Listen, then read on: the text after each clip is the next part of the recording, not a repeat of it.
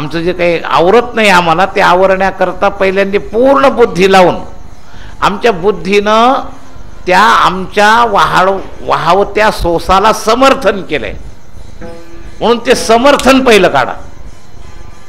सगळ्यात महत्त्वाचं दुराचार जाण्याचं. दुराचाराने तुमचं घर का पकडलंय तर तुम्ही आतून कुठंतरी त्या दुराचाराला समर्थन केलंय. पहिला उपाय समर्थन काढा, मग बाकीचं काम होईल. प्रत्येक जणाला असं वाटतं, आम्ही जर म्हणलं ना काय तुला काय एवढं काय काम आहे नेमकं, तो मनात काय म्हणतो, महाराज तुम्हाला काय माहिती आहे, ते तेवढं आहेच म्हणजे समर्थन. मला जायलाच पाहिजे समर्थन, मी करतोय ते बरोबर करतोय. स्वतः प्रामाण्यवादाचं समर्थन फार आहे. मी तर अनेक वेळेला साधनेतल्या 3 गोष्टी सांगत असतो. दरवर्षी कोणत्या तरी प्रवचनात तुम्ही ऐकत असाल तर, अनेक प्रवचन ऐकणारे असतील तर, साधकाच्या जीवनामध्ये या 3 गोष्टी फार मोठा दोष करतात. जोपर्यंत तुम्ही शास्त्राच्या पुढं तुमचं घोडं दामटता, संत वचनाच्या पुढं घोडं दामटता, ईशवचनाच्या पुढं घोडं दामटता स्वतः प्रामाण्यवादाचं, तोपर्यंत कधीही तुमची साधकीय प्रगती होणार नाही. काळ्या दगडावरची रेघ लक्षात ठेवून. विठाला विठाला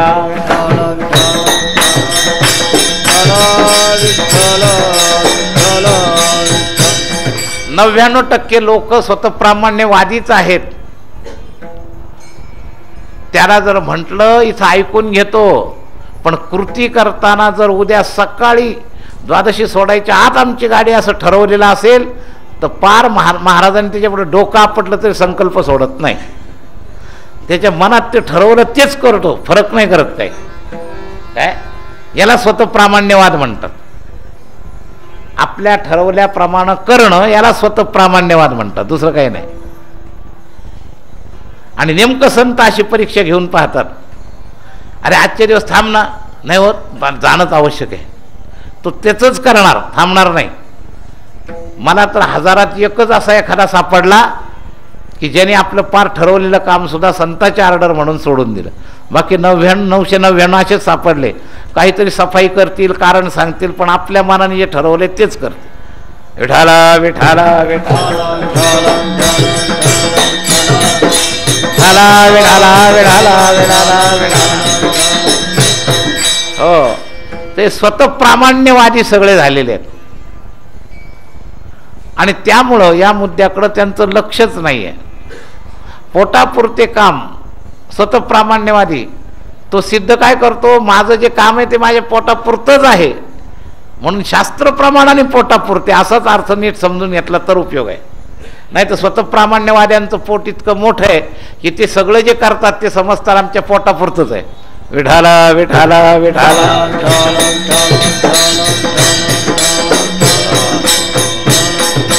म्हणून संत, शास्त्र आणि ईशवाणी यांनी जे ठरवलंय त्याचं मीटरचे हे 3 प्रमाण त्याला बसली पाहिजे. तुमचं काम पोटापुरतं आहे हे सिद्ध करायला या 3 गोष्टी तिथे बसल्या पाहिजेत, तर मग बरोबर.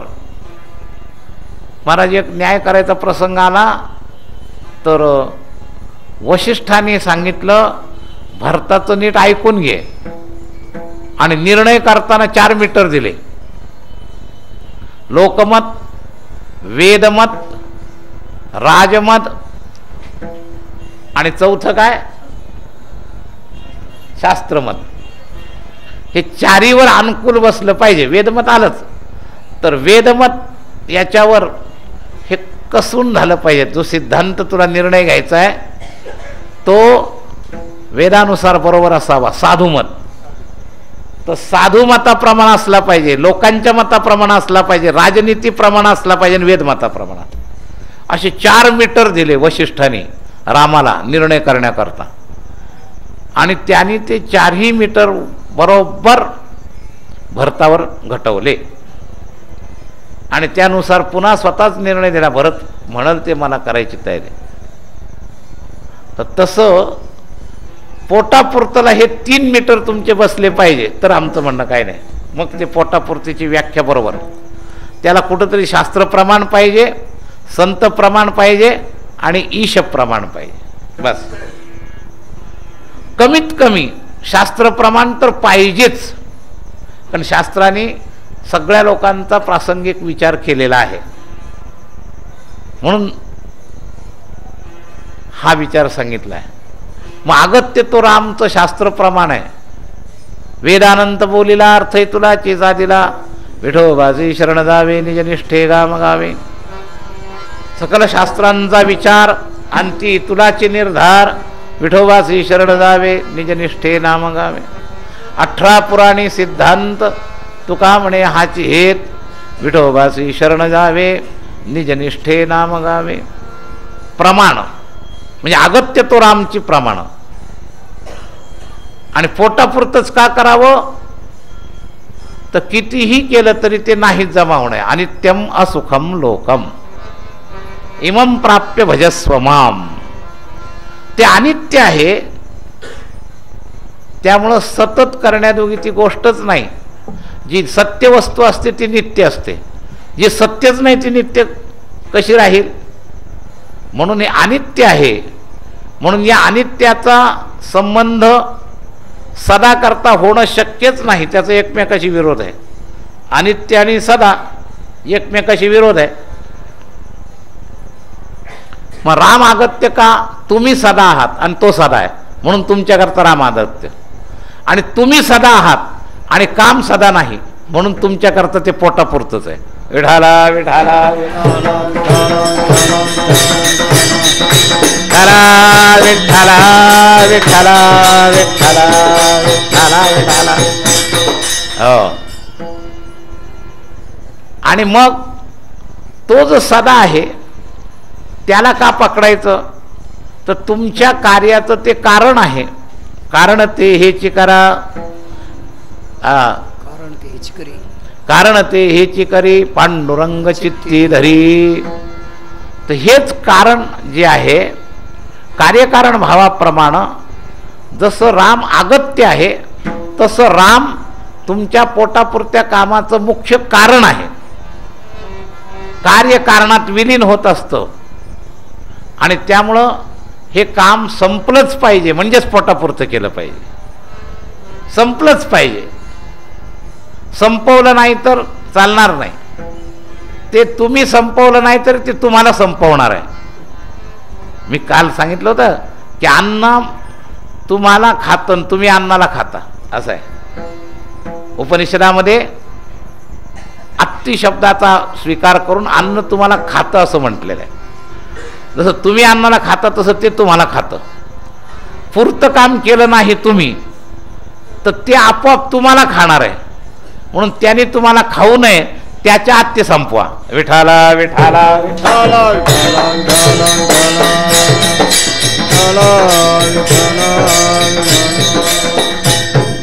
या वाक्यवाल्याला अन्नाने खाल्लं म्हणून ती वासना राहिली बरं का.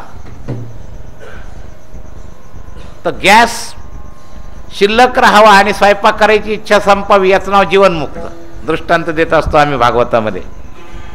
तसं वासना संपावी आणि जीवन शिल्लक राहावं, याचं नाव जीवनमुक्त. तर याकरता आपल्याला हे करायचंय, कारणाला पकडायचंय. कार्य तेव्हा विलीन होईल. कार्य विलीन नाही केलं तर घोटाळा होईल. म्हणून कार्य विलीन करायचंय.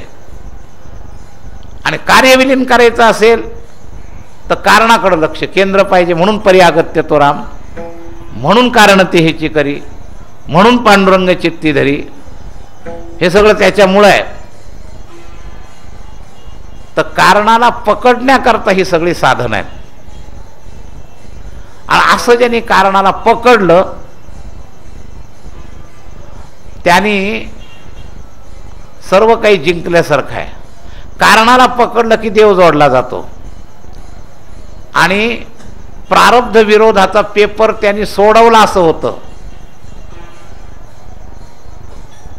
म्हणून आपण त्या ठिकाणी पास झालं पाहिजे असं वाटत असेल तर ज्याच्या जीवनात हे सापडलं, अगत्य राम झाला, पांडुरंग चित्तामध्ये धरला गेला, देवाची सेवा जोडली गेली, तर हे जे पराधीन चक्र आहे ते पराधीन चक्र त्यांनी सोडवल्यामुळं त्याचं प्रारब्ध इतरांपेक्षा हेवा करण्याजोगं आहे.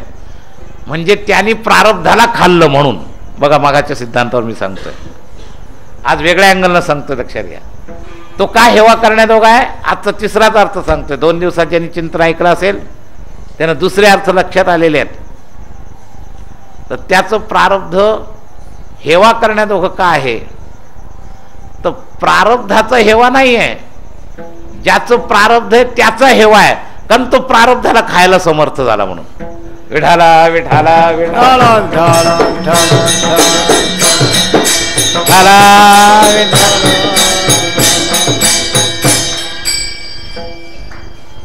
काय आहे, प्रारब्ध पराभूत करणारा जीव फार दुर्मिळ. लक्षात घ्या, प्रारब्धाच्या प्रवाहित होणारेच जास्त जीव आहे. प्रारब्धाला पराभूत करणारा जीव फार थोडा. आणि म्हणून ज्याने देवाचे चरण जोडले, याच देही याच डोळा, त्यांनी प्रारब्धाला पराभूत केलं असं समजावं. आणि प्रारब्धाला पराभूत केलं म्हणून त्या प्रारब्धाच्या अंतर्गत असणारा जो प्रारब्धी आहे त्याचा हेवा. विठाला विठाला विठाला विठाला विठाला विठाला. म्हणजे कोणाचा हेवा, जीवाचा नाही. ज्या जीवाने प्रारब्धाचा पेपर पास केला आणि त्याला पराभूत करून खाली पाडलं त्याचा हेवा. आणि हेवा करण्या सर्टिफिकेट त्यांना का मिळालं, की त्यांनी या जन्माचं कर्तव्य पूर्ण करून देवाला जोडलं म्हणून. प्रारब्धाचा बांध त्यांनी ओलांडला. मच्चित्त सर्व दुर्गाणी मत्प्रसादात तरिष्यसी. मोठा दुर्ग, सगळ्यात मोठा दुर्ग आहे प्रारब्ध. लक्षात घ्या, प्रारब्ध हा डोंगर फार मोठा आहे आणि हा ओलांडायला फार अवघड आहे. भगवंताने रस्ता सांगितला, माझ्यात चित्त ठेव. आणि म्हणून संतांनी तोच रस्ता आपल्याला सांगितला, परिअगत्य तो राम. संत प्रमाण आणि देव प्रमाण. भगवंताचं प्रमाण काय, तर म्हणतात तुला हा दुर्ग ओलांडला जात नाही का, मग एवढं काम कर. मच्चित्त हा सर्व दुर्गाणी मत्प्रसादात तरिष्यसी. चित्त माझ्यात अर्पण कर. आणि मग तुकोबरायने काय सांगितलं, तेच सांगितलं, पांडुरंग चित्ती धरी. बस दोघांचं एकमत आलं. देवाने स्वतः सांगितलं आणि देवाचा अनुभव असणारा देवाच्या प्रमाणावर संतांनी आम्हाला हेच सांगितलं, पांडुरंग चित्ती धरी. बस. म्हणून तुम्हाला जर हा प्रारब्धाचा पेपर पास करायचा असेल, प्रारब्धरूपी दुर्ग जर ओलांडायचा असेल, तर तुम्हाला अगत्य तो राम करावा लागेल. आणि जर ओलांडला गेला तर तो विजयी म्हणून तुमचा हेवा करण्याजोगा आहे. बस, तुम्ही विजयी झालात, या देहात येऊन तुमच्या कामात सफल झालात म्हणून तुमचा हेवा करण्याजोगा आहे. कोणाचा, जे जे या प्रारब्धाच्या रेघेला ओलांडून पुढे जातील त्यांचा. मग याकरता काय केलं त्यांनी, तुम्ही काय करा. तुकोबराय त्यांनी काय केलं आणि आपण काय करावं, या दोघांना एकाच सूत्रात सांगतात. तुका म्हणे, बळ बुद्धी वेची ते सकळ, कारण ते हेची करी चित्ती पांडुरंग धरी. विठोबा रखुमाई. आता थोड्या वेळात उत्तरात राहतो. विठोबा रखुमाई, विठोबा रखुमाई, विठोबा रखुमाई. जय जय विठोबा रखुमाई. जय जय जय विठोबा रखुमाई. विठोबा रखुमाई. विठोबा रखुमाई. विठोबा रखुमाई. विठोबा रखुमाई. विठोबा रखुमाई. विठोबा रखुमाई. विठोबा रखुमाई. विठोबा रखुमाई. विठोबा रखुमाई.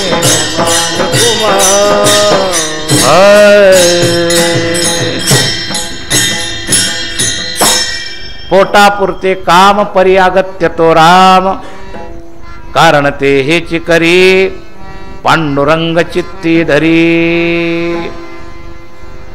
या याच्यामध्ये दोन अँगल आले, एक चित्ताचा आणि एक बुद्धीचा. या अभंगामध्ये दोन अँगल आले. कोणता प्रधान? आधी आलेल्या करता महाराज या अंतःकरण चतुष्टयाचा जर विचार केला ना, तर चित्ताची ताकद बुद्धीपेक्षाही जास्त आहे, हे लक्षात घ्या. म्हणून त्याचा विचार आधी सांगितला. आणि डायरेक्ट चित्त लावता नाही तर बुद्धीचं सहाय्य घ्या. म्हणून शेवटच्या चरणात बुद्धी विचित्ती सकळ आलं आणि दुसऱ्या चरणाच्या उत्तरार्धात आलं पांडुरंग चित्ती धरी. आता दोन्ही प्रकार आहेत. कधी कधी काही लोकांचं चित्त प्रबळ असल्यामुळं डायरेक्ट पकड होते आणि काही लोकांना बुद्धीच्या साह्यानं चित्तामध्ये त्या पकडीला पकडण्याकरता घुसवावं लागतं. हे दोन्ही वेगवेगळे साधक आहेत. एक डायरेक्ट साधक आहे, जसं कर्णसापेक्ष आणि कर्णनिरपेक्ष. कर्णनिरपेक्ष वेगवान साधक आहे, पण सगळ्याला पकड तेवढी जमत नाही. तसं कर्णसापेक्षमध्ये सुद्धा चित्ताची पकड ज्याला साधली त्याला बाकी मन आणि बुद्धी दोन जे आहेत ना ते गौण होऊ शकतात. पण चित्ताची पकड साधत नाही म्हणून सहाय्यक अंग म्हणून बुद्धीचा आधार सांगा, लक्षात घ्या. तर याच्यामध्ये सुप्त रूपामध्ये मन आहे. सुप्त रूपामध्ये अगत्य तुमच्याकडून जे बाहेर पडतं ते मनाद्वारे. मन आवश्यकता ज्यादा आवश्यकता महसूस करणारं जर कुणी असेल, जाणीव करून घेणारं ते मन आहे. तर अगत्य तो राम इथं मनाची साधना आणि मन चित्त एका कक्षेतलेत आणि बुद्धी आणि अहंकार एका कक्षेतले. लक्षात घ्या. जेव्हा अंतःकरण द्वय सांगितलं जातं त्यावेळेला मनाच्याकडं एकट्याकडं चित्ताचं प्रतिनिधित्व येतं किंवा चित्ताकडं मनाचं प्रतिनिधित्व येतं आणि त्या दोन्ही मिळून एक शब्द धरला जातो. महाराज याची रचना फारच वेगळी. कधी कधी सगळ्या अंतःकरण चतुष्टयाला एका शब्दात वर्णन केलं जातं, कधी कधी अंतःकरण द्वयानं वर्णन केलं जातं, कधी कधी अंतःकरण चतुष्टयपूर्वक वर्णन केलं जातं. आता मच्चित्त सर्व दुर्गाणी एका शब्दात सगळं आलं आणि दोन शब्दात मय्यर्पित मनोबुद्धीर दोन शब्दात आलं. मय्येव मनादस्व मयी बुद्धिम निवेशय इथं दोन शब्दात आलं, लक्षात घ्या. आणि या चतुष्टयाचं प्रतिनिधित्व करून या चतुष्टयाच्या पलीकडे असणारं स्वसमर्पण असं एक प्रतिनिधित्व आहे. त्याच्यात या सगळ्याचा उल्लेखच नाही. माम एकम शरणम व्रज. कोण? या चारीलाही समावेश त्या स्वमध्ये झाला बरं का. माम एकम शरणम व्रज सर्व धर्मान परित्यज्य. हे कर्णनिरपेक्ष स्वद्वारा केलेलं साधन आहे. हे सगळ्यात तेज साधन कर्णनिरपेक्ष स्वद्वारा. त्याच्यानंतर अंतःकरणातला एक प्रतिनिधित्वानं वर्णन करणारं चित्त समर्पणाचा विषय. मच्चित्त सर्व दुर्गा आणि मत्प्रसारात तरिष्य. सगळ्याच्या प्रतिनिधित्वानं प्रतिबंधात्मक एक अहंकार गेला की सगळे अंतःकरणाचे बाकीचे सगळे धर्म जे आहेत ते सगळे गेले. अहंकार गेला आणि तुका म्हणे देव झाला. एका अहंकारात सगळ्याचा उल्लेख, अंतःकरण चतुष्टयाचा सगळ्याचा उल्लेख, एका चित्तात सगळ्याचा उल्लेख. मच्चित्त सर्व दुर्गाणी आणि दोघांच्या दृष्टीनं पण उल्लेख. मय्यर्पित मनोबुद्धी मय्येव मनादस्व मयी बुद्धिम निवेशय. तर अशा प्रकारानं अंतःकरणाची वर्णनं त्या त्या लेव्हलवर समजून घ्यावी लागतात, नाही तर मनामध्ये गोंधळ होतो. तर या ठिकाणी चारीचा उल्लेख आला. 4 चरणात 4. पहिल्या चरणामध्ये मन, दुसऱ्या चरणामध्ये चित्त, तिसऱ्या चरणामध्ये अहंकार आणि चौथ्या चरणामध्ये बुद्धी. जोडी देवाचे चरण. जोड कोणी जोडायचं? अहमद्वारा स्वच जोडणं जे आहे ना, हे संबंधात्मिका भक्तीमधला संबंध जो आहे तो अंतःकरण संबंध नाही, स्वसंबंध. आणि ज्याचा स्व जोडला गेला तो प्रारब्धी हेवा करण्यात काय. विठाला विठाला विठाला.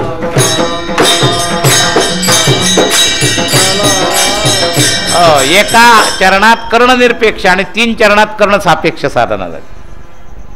म्हणून कर्णनिरपेक्ष आणि कर्णसापेक्ष दोन्हीचा संगम या साधनेत आला, या एकाचा अभंगात. देवाची सेवा जोडणं, या जोडण्याचं मेन केंद्र स्वय. सर्व धर्मान परित्यज्य मामेकम शरणम व्रज, याच्यामुळे तो देवाला जोडला गेला. लक्षात घ्या. तर कर्णनिरपेक्ष साधना डायरेक्ट जाणारी आहे. त्याच्या खालोखाल चित्ती पांडुरंगदरी, धारणात्मक लेव्हलवर चित्तानं भगवंताची धारणा करणं, पकड. कर्णसापेक्षामध्ये सर्वात श्रेष्ठ पकड धारणा, आणि ती चित्ताद्वारे करायची आहे.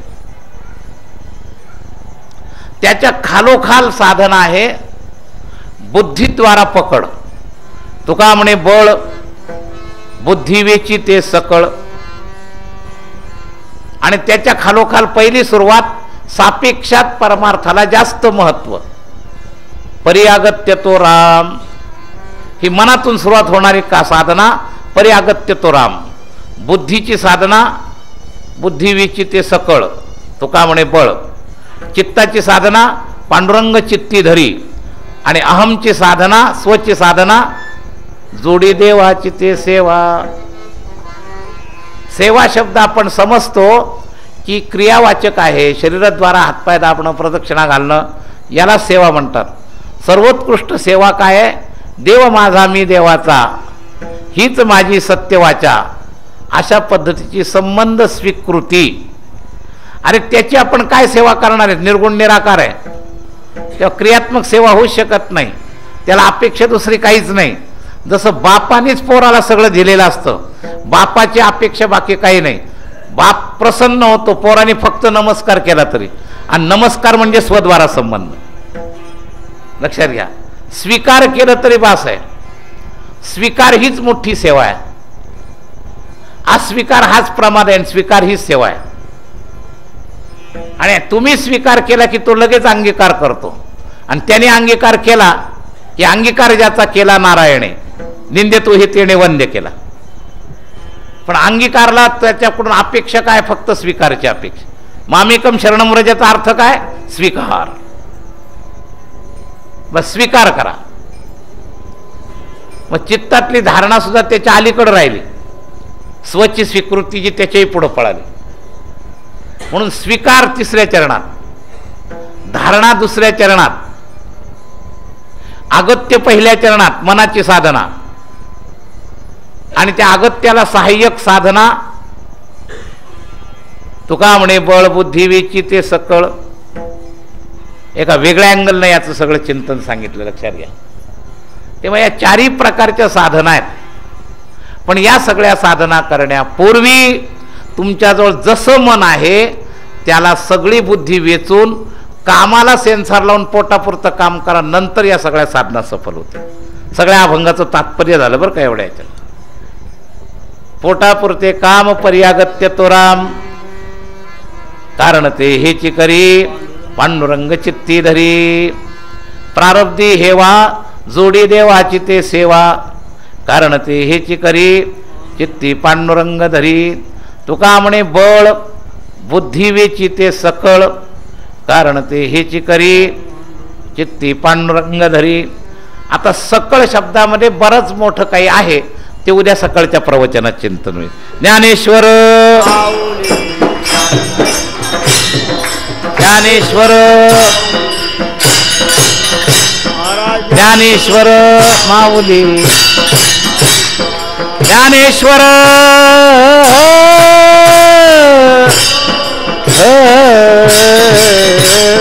ज्ञानेश्वर माऊली ज्ञानराज माऊली तुकाराम.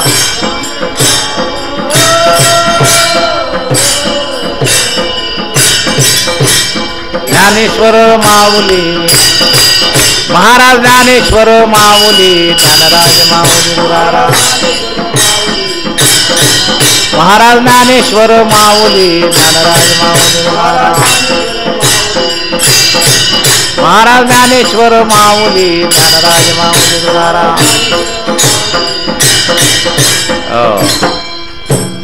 तुका म्हणे बळ बुद्धी वेची ते सकळ, हा शेवटचा सकळ शब्द आणि वेची शब्दाचा विस्तार, या दोन्हीचा विस्तार उद्याच्या पहाटेच्या प्रवचनात आपण जसा जेवढा जमेल भगवत कृपेनं तेवढा करूया.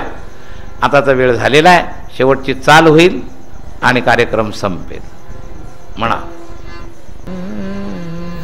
तुका म्हणे बळ, तुका म्हणे बळ, तुका म्हणे बळ, तुका म्हणे बळ, तुका म्हणे, तुका म्हणे बळ, तुका म्हणे बळ, तुका म्हणे बळ, तुका म्हणे बळ, तुका म्हणे बळ, तुका बळ, तुका म्हणे बळ, तुका म्हणे बळ, तुका म्हणे बळ, तुका म्हणे बळ, तुका म्हणे बळ, तुका म्हणे बळ, तुका म्हणे बळ, तुका म्हणे बळ, तुका म्हणे बळ, तुका म्हणे बळ, तुका म्हणे बळ, तुका म्हणे बळ, तुका म्हणे बळ, तुका म्हणे बळ, तुका म्हणे बळ, तुका म्हणे बळ, तुका म्हणे बळ, म्हणे बळ, तुका म्हणे बळ, तुका म्हणे बळ, तुका म्हणे बळ.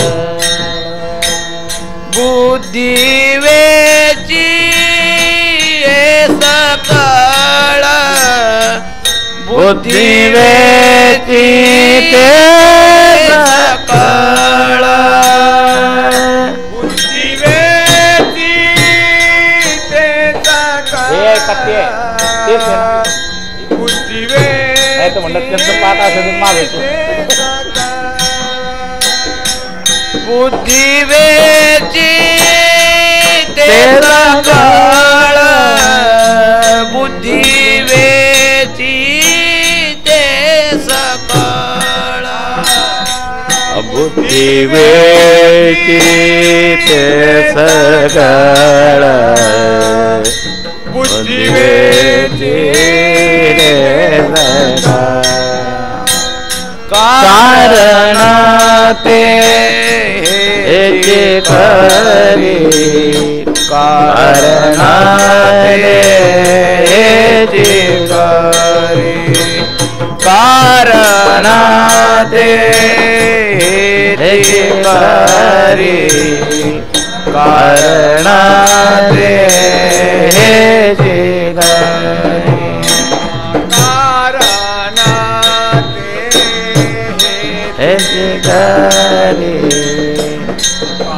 कारण ते हेचे खरे, कारण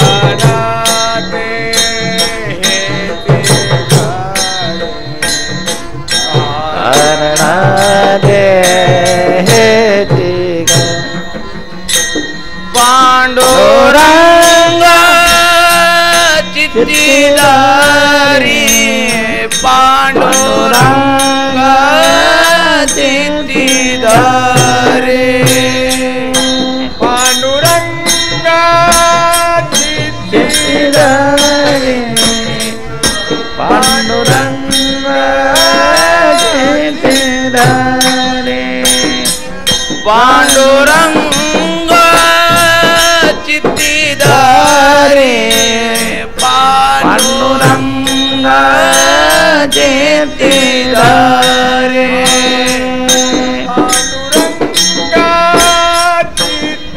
धारे पांडुरंगा कारणाते करी कारणाते करी कारणाते करी कारणाते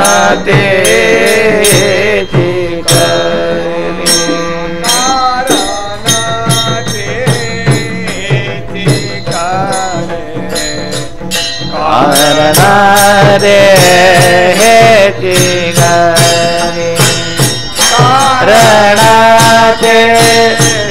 हे चिगारे कारणाते हे चिगारे हे चिगारे तुका म्हणे बळ बुद्धी वेची ते सकळ या अभंगाच्या प्रत्येक चरणात ते शब्द आलेला आहे लक्षात आहे. पोटा पुरते काम कारण ते हेची करी बुद्धी वेचावी ते सकळ जोडी देवाची ते चरण सेवा.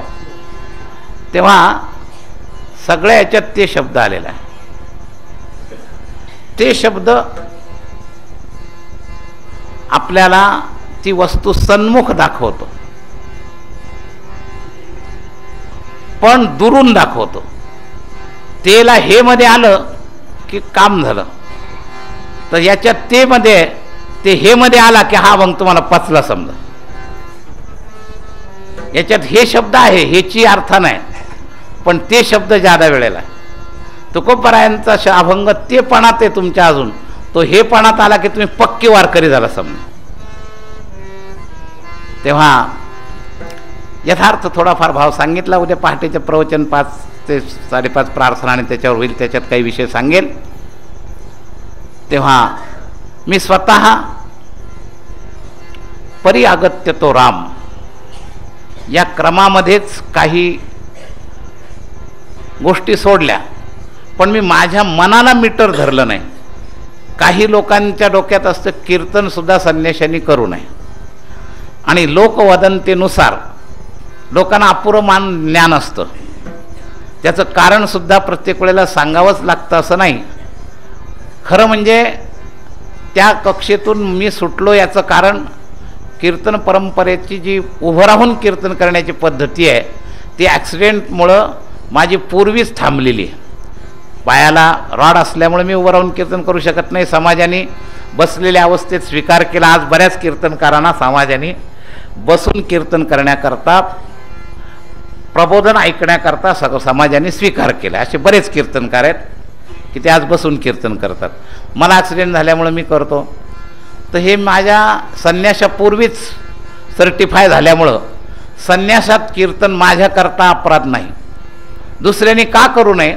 संन्यास हा चतुर्थ आश्रम आहे आणि खालच्या 3 आश्रमातल्या लोकांनी बस राहावं आणि चौथा श्रेष्ठ आश्रमवाल्यांनी उभं राहावं हे मर्यादेला सोडून असतं म्हणून संन्याशांनी कीर्तन करू नये.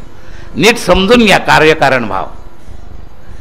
आणि त्या बाबतीत मी पहिलाच बाजूला सटकलो. तरी माझ्या मनात शंका राहिल्यामुळं मी हा प्रश्न देवाला विचारून कीर्तन करायला लागलो. संन्यास घेतल्यावर कीर्तन करावे की नाही. जरी हे शास्त्रीयदृष्ट्या मी त्याच्यातून सुटलेलो असलो तरी मी मगाशी सांगितलं ना शास्त्रमत ईशमत कार्याचा विचार करताना तर पोटापुरते काममध्ये संन्यासाच्या दृष्टीनं हे योग्य आहे का अयोग्य आहे याचा विचार मी भगवंताला चिठ्ठी टाकून विचारल्यानंतर देवाची इच्छा झाली की हे प्रबोधन कार्य अजून चाललं पाहिजे. जोपर्यंत विधी होत नाही तोपर्यंत खावं लागतं म्हणून आम्हाला फेडण्याचं आमच्या हातात हेच आहे. तुम्ही पैसा दान करून सेवा करता पायी चालून सेवा करता तर आमच्या हातात काय आम्हाला जे कळलंय ते तुम्हाला देणं बस एवढंच कर्म आम्ही करू शकतो. ते ज्ञानयुक्त कर्म अजून काही काळ पोटापुरतं करण्याची गरज आहे. अशी देवाची इच्छा दिसल्यामुळे ते चालू ठेवलंय. तर पोटापुरते काम ते तुमच्या समाजाच्या जीवावर अजून जगतो म्हणून त्याचा परतफेड करायला पाहिजे आणि प्रामाणिकपणे करायला पाहिजे. जे जे आपणाशी ठावे ते दुसऱ्याशी शिकवावे. याप्रमाणे बुद्धीमध्ये ज्या चितभावाचे भाव प्रगट होतात ते तुमच्यापर्यंत सोडायचं काम माझं आहे. पण मी अगत्य तो राम या लेव्हलमुळं याच्या परिणामाकडून मी परावृत्त झालो आहे. मी सांगितले लोकांनी ऐकलंच पाहिजे, गरज नाही. पाऊस पडताना खाली जमीन मशागत आहे का नाही पाहत नाही, देवाची ड्युटी करून म्हणून तो पाऊस पडत असतो. जिथं मशागत असेल तिथं चांगलं पीक येतं आणि जिथं नसेल तिथं चुबूक काटे उगवतात. त्याला काय, पण त्याचा कधी पाऊस विचार करत नाही. तर संन्यास घेतल्यामुळे एक धारणा लक्षात आलेली आहे. त्यामुळं तुम्ही ऐका का नका ऐकू त्याची तकतक नाही मला. ऐकलं तर लाभ तुमचा आहे, न ऐकलं तर तोटा तुमचा आहे, लक्षात घ्या. तो का म्हणे कलीमध्ये दास चुका जातो लोका सांगत. या पद्धतीप्रमाणे ज्यांनी देवानी शक्ती दिली आहे, प्रेरणा देतोय त्याप्रमाणे सांगत जातो. घ्याल तर लाभ तुमचा आहे, न घ्याल तर तुमच्याबद्दल हरी इच्छा सद्भावना फक्त प्रगट करावी. सर्वेत्र सुखीनः संतो हा विषय वेगळा. त्याच्यामध्ये वासुदेव सर्वमचा भाव असल्यामुळं तुमच्या सर्वांमध्ये तोच आहे म्हणून सदिच्छा नमस्कार हा भाग वेगळा. आणि बोध या अर्थातून निरपेक्ष बुद्धीनं देवाची परवानगी म्हणून समाज आणि याचा काही अंशात्मक देहधारी असल्यामुळं संबंध आहे म्हणून त्याच्यातून उरून होण्याकरता माझं पोटापुरतं काम हे आहे. पण अगत्य तो राम आणि म्हणून लिगली जबाबदारीच्या गोष्टी मी सोडून दिल्या अगत्य ते करता. आणि अनिच्छन्नपी देहाचा संबंध आहे म्हणून पोटापुरतं काम जिवंत ठेवलंय. तुम्ही माझ्या स्वतःच्या जीवनाकरता ते आचरतोय आणि तुम्ही जर ते आचरलं तर लाभ होईल.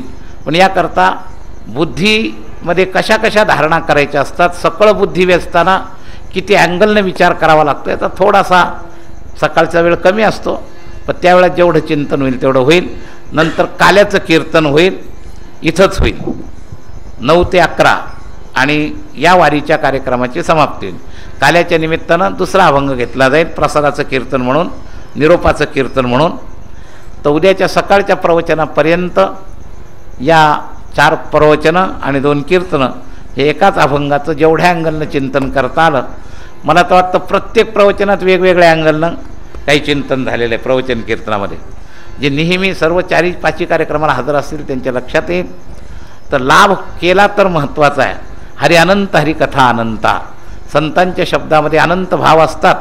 आपल्याला जेवढी बुडी मारता येईल तेवढे रत्न आपण काढणार, एवढेच येत असं समजायचं कारण नाही, याच्यापेक्षा अनंत भाव निघू शकतात. कीर्तनात टाईम 9 ते 11. सकाळी प्रसादाचं कीर्तन जे होईल ते 9 ते 11 या टायमात होईल आणि वारीचे कार्यक्रम समाप्त होतील. तेव्हा ही सूचना सगळ्यांनी लक्षात घ्यायची. आणि उद्याच पहाटेचं प्रवचन आणि कीर्तन झालं की कार्यक्रम संपले. आणि नियमाप्रमाणे पूर्वी तर काला केल्याशिवाय जात नव्हते, पण अजूनसुद्धा वारकऱ्यांनी द्वादशी सोडल्याशिवाय जात जाऊ नये. म्हणजे उद्याचा कार्यक्रम साठवायला हरकत नाही. सकाळी जर जात असाल तर आत्तापर्यंत जर प्रमाद करत असाल तर सोडा, आणि नाही सोडला तर मी स्वतः प्रामाण्यवादी म्हणून तुम्हाला सोडून देईल. विठ्ठल जय जय विठ्ठल, जय विठ्ठल जय जय विठ्ठल. बोलिले करू वेडी वासुले पराक्रमा पराध महाराज नाही विचारिला अधिकार पुन्हा. पराक्रमा पराध महाराज म्हणे ज्ञानी करा राखा पाया पैकी करा. पराक्रमा पराध महाराज ज्ञानदेव ज्ञानदेव ज्ञानदेव ज्ञानदेव ज्ञानदेव ज्ञानदेव ज्ञानदेव तुकाराम तुकाराम तुकाराम तुकाराम तुकाराम तुकाराम. पुंडलिक वरदा श्री ज्ञानदेव ज्ञानेश्वर महाराज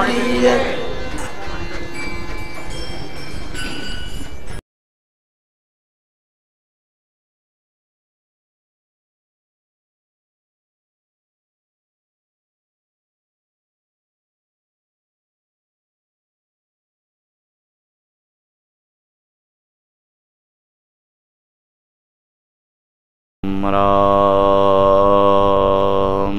राम।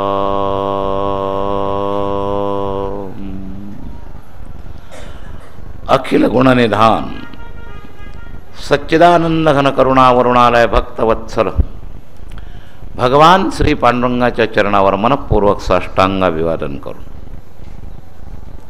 आद्य आचार्यांपासून अस्मदाचार्यांपर्यंत सकल संत वृंदांना साष्टांगाभिवादन करून उपस्थित सर्व साधकांबद्दल सद्भाव प्रकट करून प्रार्थनेच्या निमित्तानं वारीच्या काळामध्ये चालू असणाऱ्या कार्यक्रमामध्ये चिंतनाचा विषय घेतलेला आहे।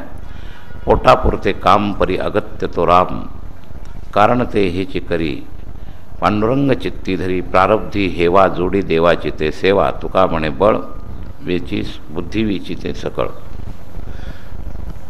कारण ते हेची करी पांडुरंग चित्ती धरी असा विषय झाला। याच्यावर 2 कीर्तनं झाले, 3-4 प्रवचनं झाले।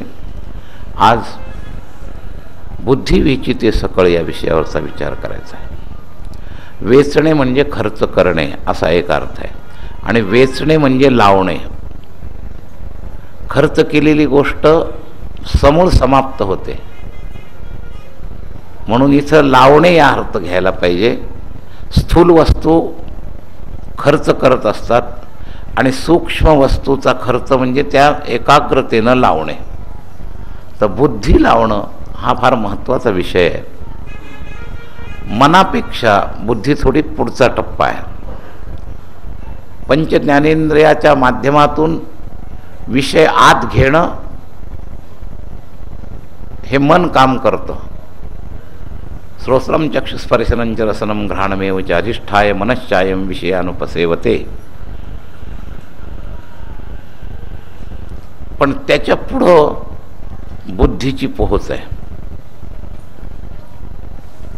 अंतःकरणामध्ये सूक्ष्म सूक्ष्मतर सूक्ष्मतम असे हे इंद्रिय आहेत। स्थूल इंद्रियापेक्षा मन हे सूक्ष्म इंद्रिय आहे आणि मनापेक्षा बुद्धी सूक्ष्मतर आहे आणि बुद्धीपेक्षाही चित्त सूक्ष्मतम आहे असं आहे। असा तरतम भाव आहे। तेव्हा बुद्धी वेचण्याच्या अंतर्गत मन आलंच म्हणून मय्यर्पित मनोबुद्धी पहिला मन शब्द वापरला आणि मग बुद्धी शब्द वापरला। बुद्धीपर्यंत अर्पण गेलं की अर्पणाची बरीचशी क्रिया पूर्ण होते। मच्चित्तः इथं झालं की अजून पूर्ण झाली। तेव्हा सकळ बुद्धी वेचणं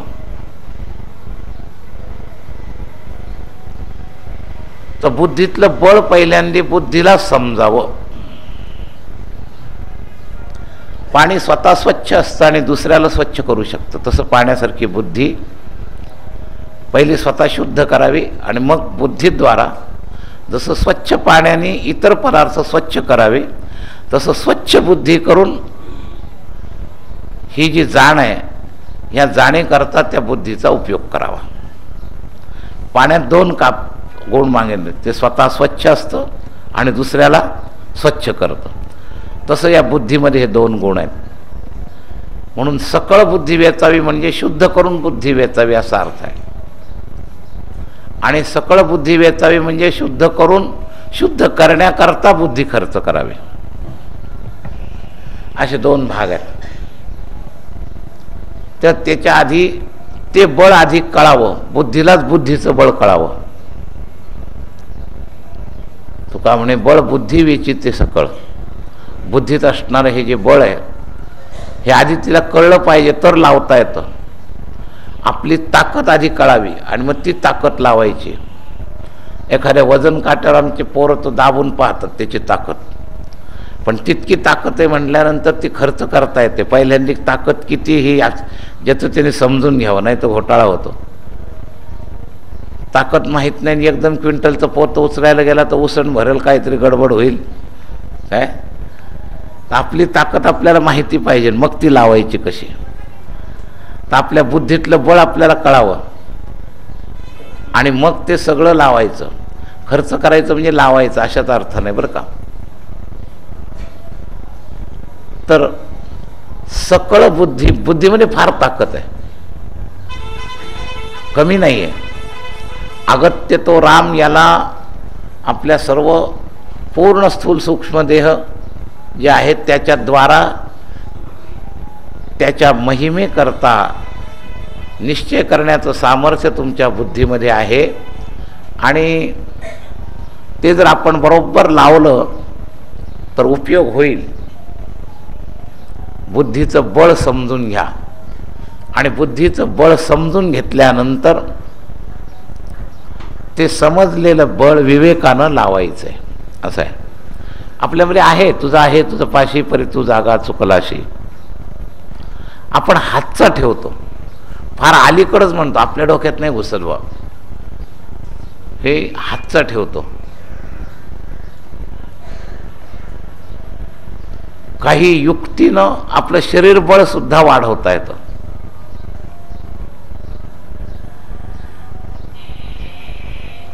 कप्पीच्या आधारानं खालून 1 क्विंटल बोजा न उचलणारा 2 क्विंटलवर आम्ही इथून एकटा माणूस उचलू शकतो. हे युक्तीनं बळ वाढवणं.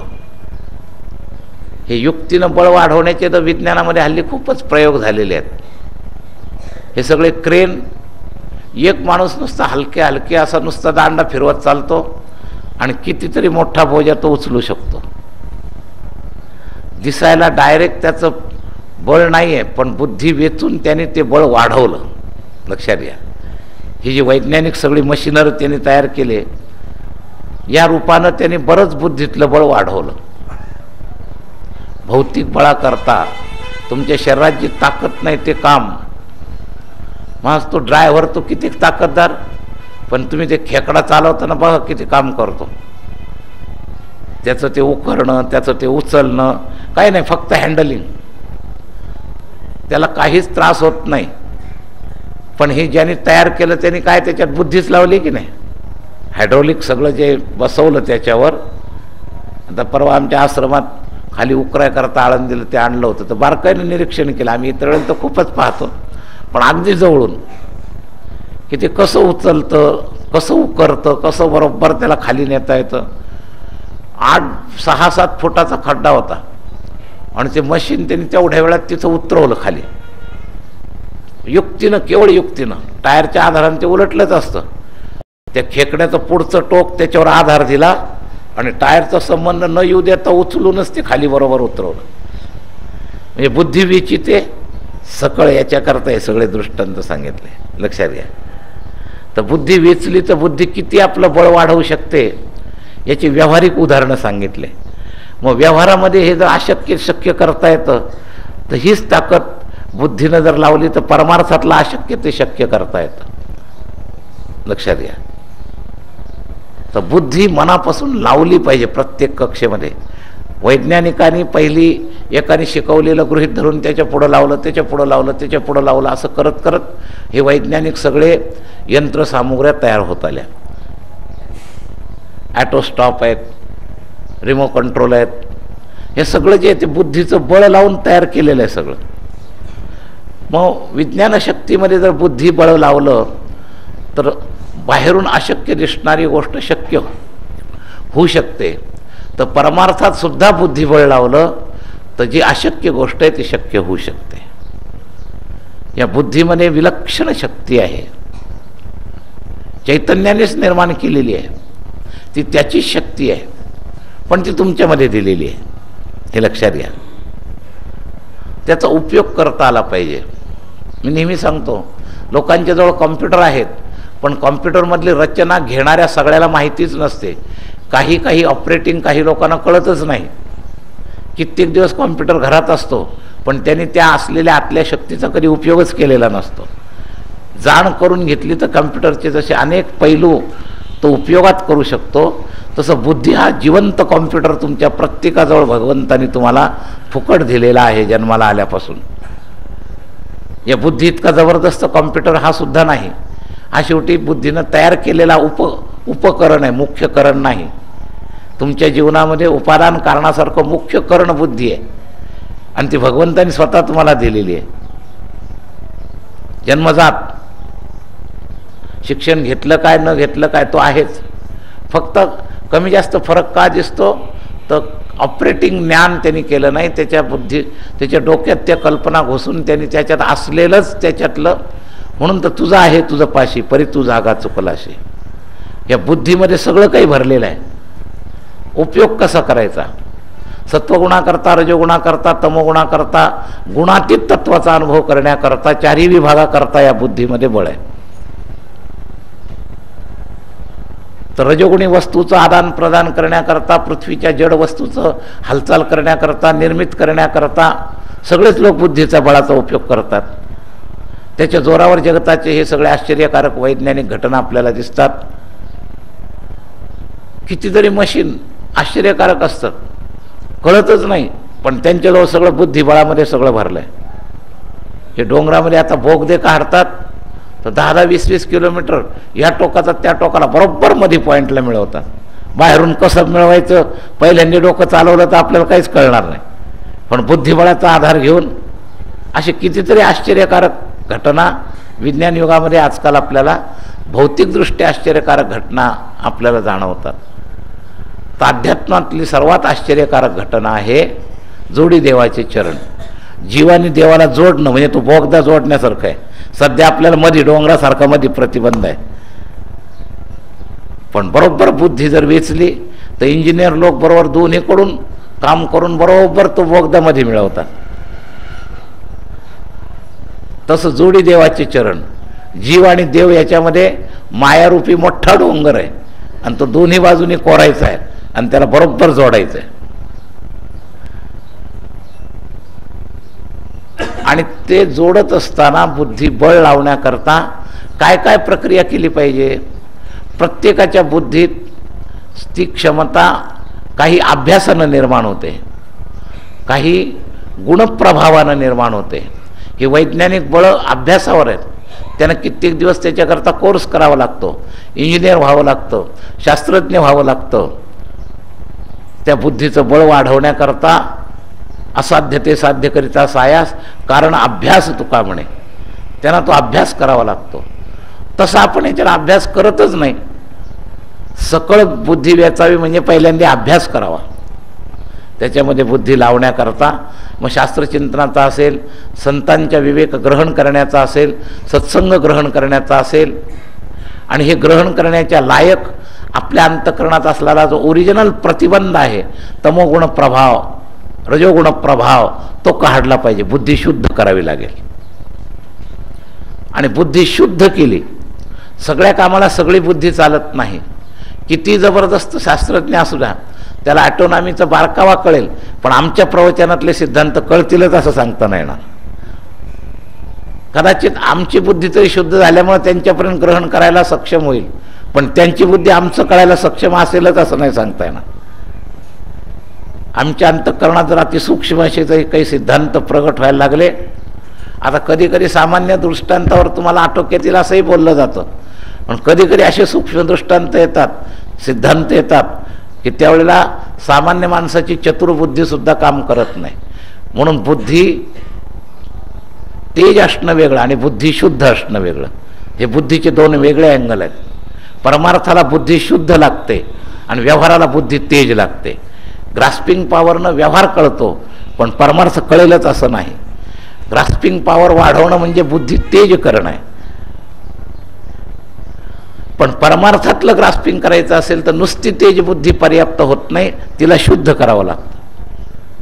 आधी शुद्ध करा उपासनेनं, आणि शुद्ध केलेल्या बुद्धीला मग हे सगळं कळतं. तर शुद्ध बुद्धी लावणं, तर बुद्धी विचिते सकळ, तर तेपणानं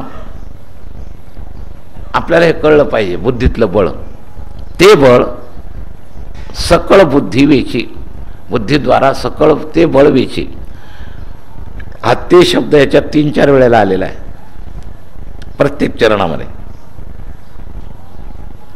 ते बळ समजून घ्यायचा करता पहिला सत्संग करा, पहिला टप्पा. खर्च करायचा दुसरा टप्पा आहे. पाणी स्वच्छ होणं पहिला टप्पा आहे, मग दुसऱ्याला स्वच्छ करणं दुसरा टप्पा. पहिलं पाणी स्वतः स्वच्छ पाहिजे तर ते दुसऱ्या स्वच्छ करेल. गढूळ असेल तर पाण्यासारखं दिसेल, पण पाण्याच्या ओरिजिनल गुणाप्रमाणे ते नाहीच आहे. त्याचा ओरिजिनल गुण आहे स्वच्छपणा. तसं बुद्धी तुमच्या सगळ्यामध्ये सारखी दिसेल, पण गढूळ बुद्धी आणि स्वच्छ बुद्धी, गढूळ पाणी आणि स्वच्छ पाण्यासारखा फरक आहे. तर पहिली प्रक्रिया गढूळ पाण्याला स्वच्छ करणं, आणि मग स्वच्छ पाण्यानं दुसरी मिळालेली वस्तू स्वच्छ करणं, ही दुसरी प्रक्रिया आहे. तर पहिल्यांदा आपली बुद्धी स्वच्छ झाली पाहिजे, शुद्ध झाली पाहिजे. स्वच्छपेक्षाही शुद्ध शब्द परमार्थात महत्त्वाचा आहे. वैज्ञानामध्ये स्वच्छ चालेल, पण परमार्थातला त्याच्याबद्दलचा शब्द आहे शुद्ध. शुद्ध शब्द स्वच्छतेपेक्षा काही वेगळं दाखवतो. शुद्धतेमध्ये, स्वच्छतेमध्ये पवित्रता मिसळली की ते शुद्ध मानलं जातं. स्टीलचं भांडं 10 वेळा घासलं तर स्वच्छ होईल, पण ते जर मांस शिजवलेलं असलं तर शुद्ध होणार नाही. लक्षात घ्या. शुद्धतेमध्ये पवित्रता आणि स्वच्छता दोन्हीचा संगम मिळून शुद्ध शब्द आहे. शुद्ध प्रक्रिया जी आहे ती नुसत्या स्वच्छतेवर नाही आणि नुसत्या पवित्रतेवर नाही. शुद्ध शब्द दोन्ही प्रक्रियेचं एकत्रीकरण झालं पाहिजे म्हणजे शुद्ध. म्हणून भावे गावे गीत शुद्ध करून या चित्त. तर चित्ताची शुद्धी प्रक्रिया, बुद्धीची शुद्धी प्रक्रिया, मनाची शुद्धी प्रक्रिया ही परमार्थाकरता फार आवश्यक आहे. लक्षात घ्या. आणि ही शुद्धी प्रक्रिया हीच पोटापुरत्या कामाच्या बाहेर चाललेल्या आपल्या मनाला कंट्रोल करण्याची ताकद आहे. म्हणून पोटापुरते काम करता सुद्धा बुद्धी विचिते सकळ. लक्षात घ्या. हेच कारण आहे. कार्यकारण भाव समजाय करता सुद्धा बुद्धी विचिते सकळ. लक्षात घ्या. तर बुद्धी हे केंद्र मानवाकरता विशेष आहे. आहार निद्रा भयमैथुनांचे सगळ्याला आहे, सामान्यत्वानं मन सुद्धा सगळ्याला आहे, पण विशेष बुद्धी ही मानवाचं वैशिष्ट्य आहे. आणि म्हणून त्या विशेषयुक्त बुद्धीचा उपयोग केला तर आपण परमार्थातलं सगळं साधू शकतो. अगत्यता आपल्यामध्ये त्याच्यामुळे येऊ शकते. परी अगत्य तो राम पांडुरंग चित्ती धरी, यालाही बळ आहे बुद्धी विचिते सकळ. लक्षात घ्या. शुद्ध चित्तानंतर चित्त स्वतः बुद्धीच्या शिवाय सुद्धा लागू शकतं, पण अशुद्ध चित्त असेल तर बुद्धी लावावी लागते. ते फार प्रक्रिया आहेत. काहींचं मन शुद्ध असतं पण बुद्धी शुद्ध नसते, काहींची बुद्धी शुद्ध असते पण चित्त शुद्ध नसतं. आणि तिन्ही शुद्ध ज्याचं झालेलं आहे त्याच्यामध्ये सक्रियता बुद्धी काम करते. सक्रिय करणारी बुद्धी आहे, म्हणून सकळ लावी. तेव्हा सक्रियतेचा प्रारंभ बुद्धीद्वारा होणार आहे. भौतिक याच्यात सुद्धा बुद्धी लावावीच लागते. कॉम्प्युटरची रचना बुद्धीनं केली आहे, पण त्याचं ऑपरेटिंग करण्याकरता बुद्धी लागतेच. ऑपरेटिंग करण्याकरता नाही तर कोणतंही कुठं बटन दाबून चालणार नाही. कुठं काय बंद पडेल, कुठं काय बिघडेल हे कळणार नाही. ऑपरेटिंग म्हणून चेतन माऊस जर काही असेल तर आपली बुद्धी आहे. हा त्याचा 2 नंबरचा उपकरण म्हणून माऊस आहे. त्याच्याद्वारा आपण त्या बाणावर क्लिक करतो, ते ऑपरेट करतो. पण माऊस ऑपरेट करतो, माऊस स्वतः काय करतो? काहीच करत नाही. तर मूळ ऑपरेटर कोणी असेल तर खरा माऊस कोणता असेल कॉम्प्युटर चालवायचा, तर तो शेवटी तुमची चेतन बुद्धी आहे. तर जड जगत ग्रहण करण्याकरताही ऑपरेटर चेतन बुद्धी आहे. आणि त्या जडाचा मालक असणारं जे चेतन तत्व आहे त्याला समजून घेण्याचं केंद्रसुद्धा चेतन बुद्धी आहे. फक्त एका करता तेज बुद्धी चालते आणि एका करता शुद्ध बुद्धी लागते. असे बुद्धीचे प्रकार पडतात. तर आपल्याजवळ शिक्षणानं बुद्धी तेज होते, पण उपासना नसते, त्यामुळे शुद्ध नसते. प्रवचन ऐकून ऐकून परमार्थात सुद्धा बुद्धी तेज होते. अनेक प्रवचन ऐकून समजायला लागतं, पण शुद्ध नसल्यामुळे धरता येत नाही. पांडुरंग चित्ती धरी, धारणाशक्ती शुद्ध बुद्धीशिवाय नाही. अनेक लोकांना कळतं पण वळत नाही, म्हणजे पकडता येत नाही. कळलेलं पकडता येत नाही. ती माया इथं कळू देते, बाहेर पडलं की लगेच हरवून टाकते त्याच्याजवळ. प्रवचन संपलं की लगेचच त्याच्यावर आक्रमण करते आणि सगळं विसरायला लावते. हे लक्षात घ्या. म्हणून सकळ बुद्धी वेचण्याचा पहिला टप्पा आहे शुद्ध करणं, आणि मग वेचण्याची ताकद तयार होईल. अशुद्ध बुद्धी सर्वांगानं एका वेळेला लागू शकत नाही, त्याची अशुद्धी त्याला सर्वांगानं लागूच देत नाही. म्हणून सकळ शब्दाची पूर्ती बुद्धीच्या शुद्धीतच होऊ शकते. शुद्ध नसलेली बुद्धी सकळ नाही लागू शकत, त्याची अशुद्धी सकळपणाला प्रतिबंध करते. ग्रास्पिंग जरी असलं, तेज जरी असले तरी सकळ बुद्धी लागायला शुद्धी प्रक्रिया ही फार गरजेची आहे. म्हणून उपासनेला दृढ चालवावे, उपासना करा. सकळ बुद्धी लावण्याच्या ट्रेनिंग करता 2 कामं: बुद्धी शुद्ध करा आणि संतांचा सहवास घ्या. संत तुम्हाला ट्रेनिंग देतील. सकळ बुद्धी लावण्याचं ट्रेनिंग संतांकडून मिळेल आणि सकळ बुद्धी लावण्याची प्रक्रिया शुद्ध बुद्धीतून होईल. या 2 गोष्टी करा म्हणजे हे चरण पूर्ण होईल. बुद्धी विचित्ते सकळ ते रूपानं शास्त्रचिंतनानं कळेल आणि संतांच्या संगतीनं त्याचं ऑपरेटिंग कळेल आणि उपासनेनं ते ऑपरेटिंग करणारं जे मशीन आहे ते लायक बनेल. तर शुद्ध करणं म्हणजे लायकी. पण नुसतं जरी शुद्ध झालं पण ट्रेनिंग मिळालं नाही तर उपयोग होत नाही. ट्रेनिंग मिळण्याकरता संत संगती आणि त्या बुद्धीतलं बळ करण्याकरता शास्त्रचिंतन. तर सकळ बुद्धी लागेल 3 गोष्टीनं: बुद्धी शुद्ध केल्यानं, शास्त्रचिंतन केल्यानं आणि संत संगत केल्यानं. हे तिन्हीचा एका वेळेला मारा केला की सकळ विचिते सकळ ही प्रक्रिया पूर्ण होईल. आणि ही प्रक्रिया जर पूर्ण झाली तर सगळं अशक्य शक्य करता येईल. लक्षात घ्या. अगत्यतेची दृढता होईल, पांडुरंग चित्ती धरण्याचं काम होईल, देवाचा संबंध होण्या इतकं सेवा, वेची देवाची ते सेवा, हे काम होईल. हे तिन्ही गोष्टी होतील जर सकळ बुद्धी विचली गेली तर.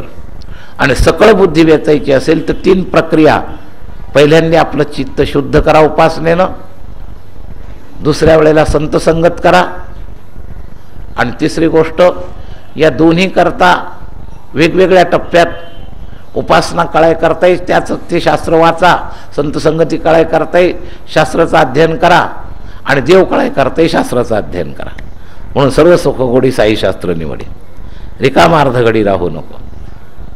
नित्य का व्यवहार सर्व हा संसार, वाया येरधार हरिविण.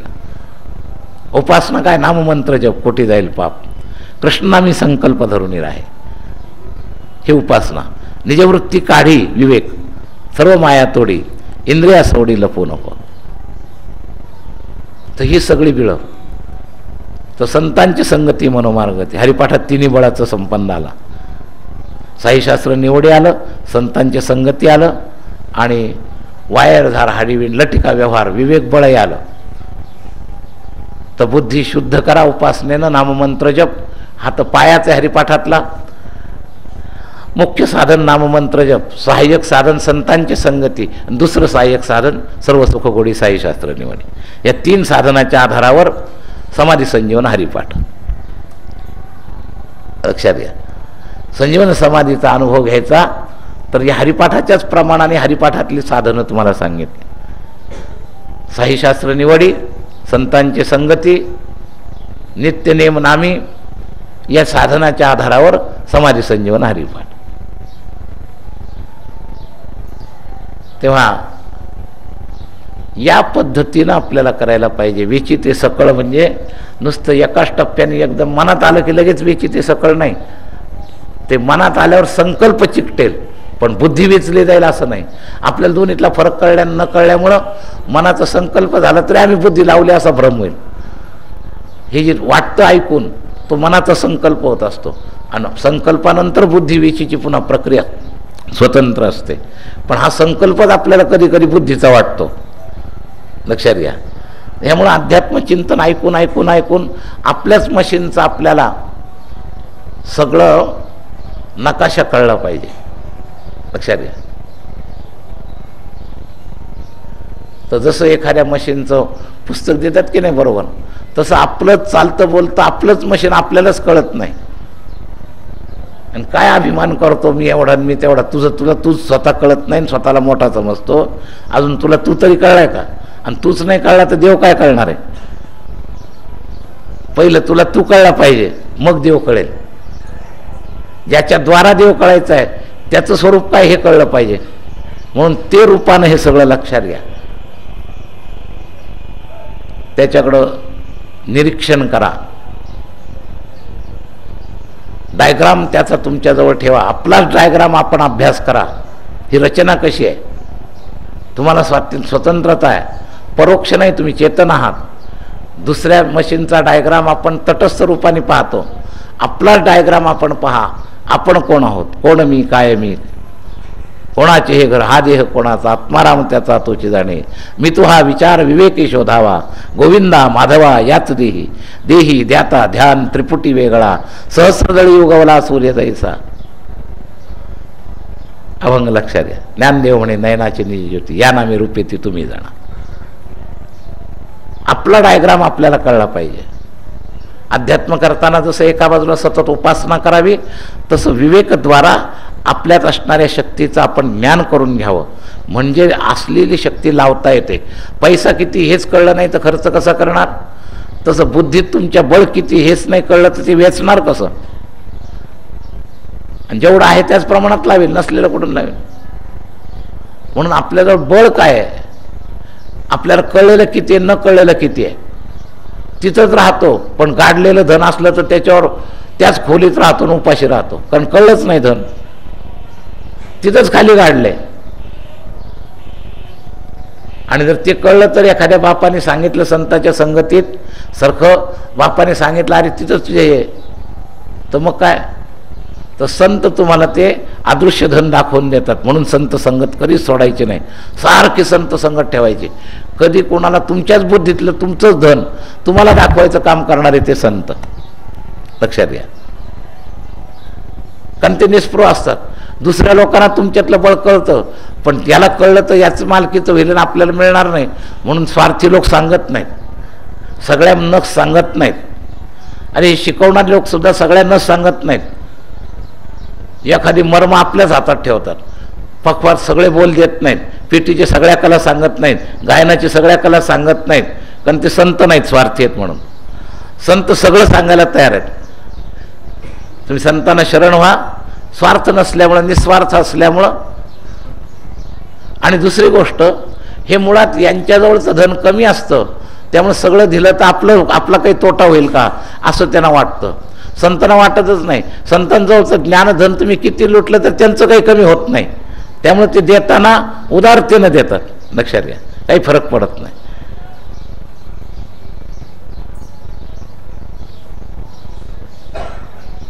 बस किती वेळ सांगू, सकाळच्या वेळेला जास्त सांगितलं तर तेवढं लक्षात आहे आपल्या. थोडा ऐका, पण पक्क केंद्र करून ऐका, थोड्यात खूप होईल उपयोग. तेव्हा बुद्धिविची ते सकळ याचे काही पैलू यथामती सांगितले. समयाचा विचार करून आपला समय झालेला आहे. आमची सकाळची प्रार्थना, जसं पचल एवढंच भोजन द्यावं, तसं आमच्या सकाळी फ्रेश अवस्थेमध्ये तत्त्वज्ञान अर्धा तासापेक्षा जास्त सांगायचं नाही असं आमचं ठरलेलं आहे. आणि म्हणून मार्मिक शेवटचा मुद्दा याच्यात सांगितला आणि अभंगाच्या बरेच पैलूचा या माध्यमातून विचार 4-5 दिवसात केला. पुंडलिक वरदा हरी विठ्ठल श्री ज्ञानदेव ज्ञानेश्वर महाराज की जय. नाम भगवान की.